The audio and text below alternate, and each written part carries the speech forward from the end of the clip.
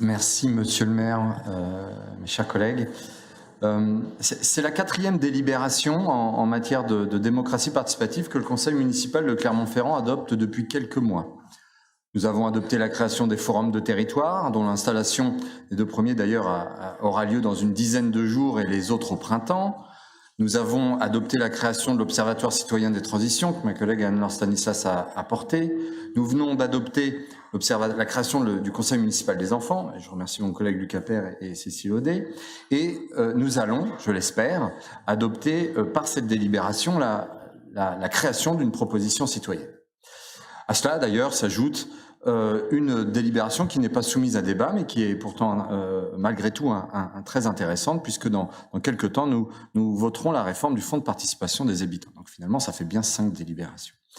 L'ensemble de ces mécanismes et de ces démarches, associés au budget participatif qui existe depuis le mandat précédent, constitue, et c'est notre volonté, un véritable écosystème démocratique local, tout entier destiné à redonner la parole à tous, dès le plus jeune âge, sans condition de nationalité, à recréer du lien, on en a besoin, et de la confiance envers la chose publique et le vivre ensemble.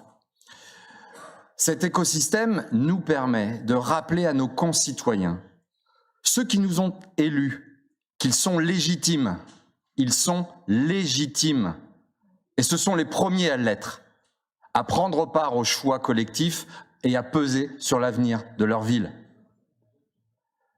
J'en profite pour rappeler quelques chiffres. Je fais un petit aparté pour répondre à Monsieur Blondeau tout à l'heure, qui nous interrogeait sur les chiffres de la participation des jeunes dans le cadre du budget participatif. Mes chiffres sont plus précis sur la 3e édition, mais je pourrais en avoir sur la 2e édition. Sur la 2e édition, on a quand même 2 beaux projets lauréats proposés par des jeunes. Je pense à l'espace Nouvelle Vie pour un espace oublié au Auvergne, qui est quand même un chouette projet, et Passionnément Cheval à la Fontaine du Bac, avec des fortes et belles mobilisations de la jeunesse clermontoise. Pour la 3e édition du budget participatif, c'est quand même un tiers de tous les projets présentés qui l'ont été par des jeunes, 4 projets lauréats et 35% des votes, autant pour moi, entre 11 et 19 ans. Donc quand même une progression assez nette et assez sensible.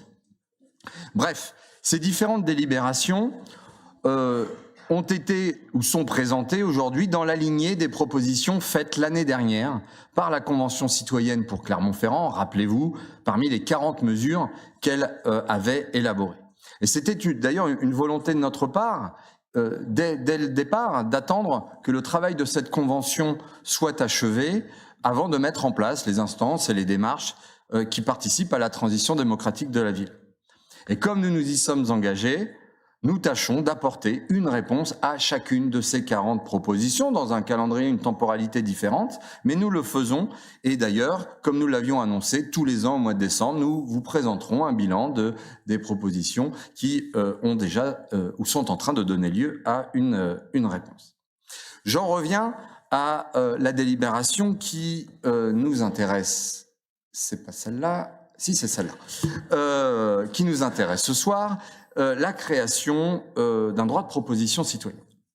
Nous nous étions engagés, avant même la Convention citoyenne, et c'était dans le programme de la majorité municipale, à tenter de rapprocher les citoyens des instances de la démocratie représentative, à créer des liens plus étroits entre les habitants et les élus municipaux, en permettant à ces habitants de les interpeller sur des questions d'intérêt général municipal, voire à leur faire des propositions. Et le dispositif que je vais vous présenter est le fruit de cette réflexion enrichie et amendée par le travail de la Convention citoyenne. C'est le fruit d'un travail important réalisé par les agents de la Direction de l'innovation et de la participation que je remercie, qui a procédé à un important parangonnage auprès de plusieurs collectivités territoriales qui ont déjà mis en place de tels mécanismes. Et je souhaite également souligner que ça a été un travail transversal entre les différentes directions et services de la ville. Ce mécanisme trouve son fondement, alors pardon pour la petite référence juridique, mais dans les dispositions du Code des relations entre le public et l'administration qui nous ont semblé offrir plus d'opportunités d'innovation, sans pour autant que ça remette en cause bien entendu, les possibilités offertes par la Constitution et par le Code général, notamment pour ce qui concerne le droit de pétition. Alors ce nouveau dispositif, qui reposera sur la plateforme clermontparticipatif.fr, j'ai un peu l'impression de faire un jingle pub en disant ça, mais va permettre aux Clermontoises et Clermontois, à partir de 16 ans, seuls, en collectif ou en association, de formuler des propositions qui seront remises en bout de course au maire, afin qu'il puisse décider soit de l'inscrire à l'ordre du jour du conseil municipal s'il estime, d'une part, que cela relève de la compétence du conseil municipal et s'il estime opportun, puisque c'est le seul à être maître de l'ordre du jour, soit d'y apporter une réponse qui relève de ses pouvoirs propres, de ses compétences propres.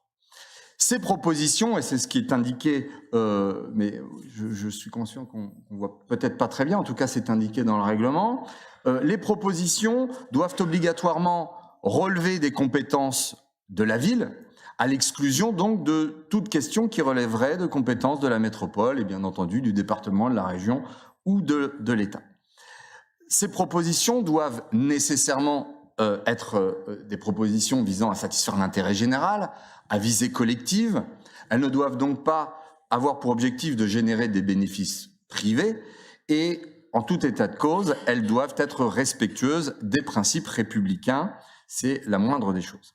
Enfin, dernière petite série de conditions, pour qu'une proposition soit recevable, il est prévu dans le règlement qui est joint à la délibération qu'il ne doit pas y avoir une concertation déjà en cours sur le sujet. Ça ne veut pas dire qu'on ne pourrait pas faire une jonction de la proposition et de la concertation en cours, mais le mécanisme n'aurait pas vocation à jouer dans ce genre de situation. Et également, on souhaite éviter que une proposition portant exactement sur le même sujet puisse être déposée dans l'année suivant la précédente. Tac, tac, tac. C'est ceci que je voulais vous montrer.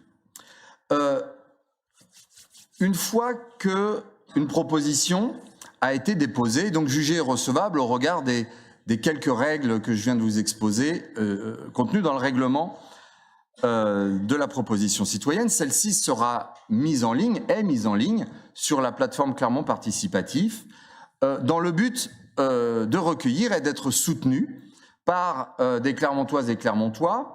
Le seuil ayant été retenu, celui qui vous est proposé, est un seuil de 700 signatures, qui représente peu ou prou 1% du corps électoral clermontois. Et c'est à partir du moment où une proposition est soutenue par ce nombre de signatures qu'alors s'enclenche un mécanisme qui est inspiré des jurys citoyens ou des petites conventions citoyennes. Il s'agit de transmettre ces propositions à un atelier citoyen, un groupe de travail composé selon les mêmes modalités, avec le même fonctionnement qu'une convention citoyenne. Alors, ça peut sembler être une étape supplémentaire qui ralentirait le processus, mais on a voulu que ce groupe ait pour objectif d'étudier la proposition, de faire apparaître des arguments contradictoires pour l'enrichir, pour la préciser, pour la reformuler, le cas échéant, de manière à ce qu'elle puisse être ensuite transmise au maire, qui décidera ensuite de l'inscrire à l'ordre du jour ou éventuellement d'y répondre par une décision unilatérale. À cela s'ajoute le fait que si la proposition porte sur un quartier particulier de la ville, évidemment, le forum de territoire sera saisi pour avis de cette proposition. Il en va de même si la proposition concerne politique de l'enfance, politique jeunesse, on saisira évidemment le conseil municipal des enfants, de la même manière pour l'observatoire citoyen des transitions. Une fois que la proposition est ainsi formalisée, amendée, elle est alors remise au maire, comme je vous le disais, responsable et maître de l'ordre du jour du conseil municipal qui décide des suites à donner. Il peut, je le rappelle, soit y répondre en usant d'un pouvoir qui lui est propre, soit décider de l'inscrire à l'ordre du jour du conseil municipal. Et là, la palette de possibilités est assez importante. Il peut s'agir d'une inscription pour information et débat, mais on peut imaginer une inscription proposant au conseil municipal d'adopter la proposition, voire éventuellement de soumettre cette proposition à une consultation plus générale de la population. Finalement, les possibilités sont multiples.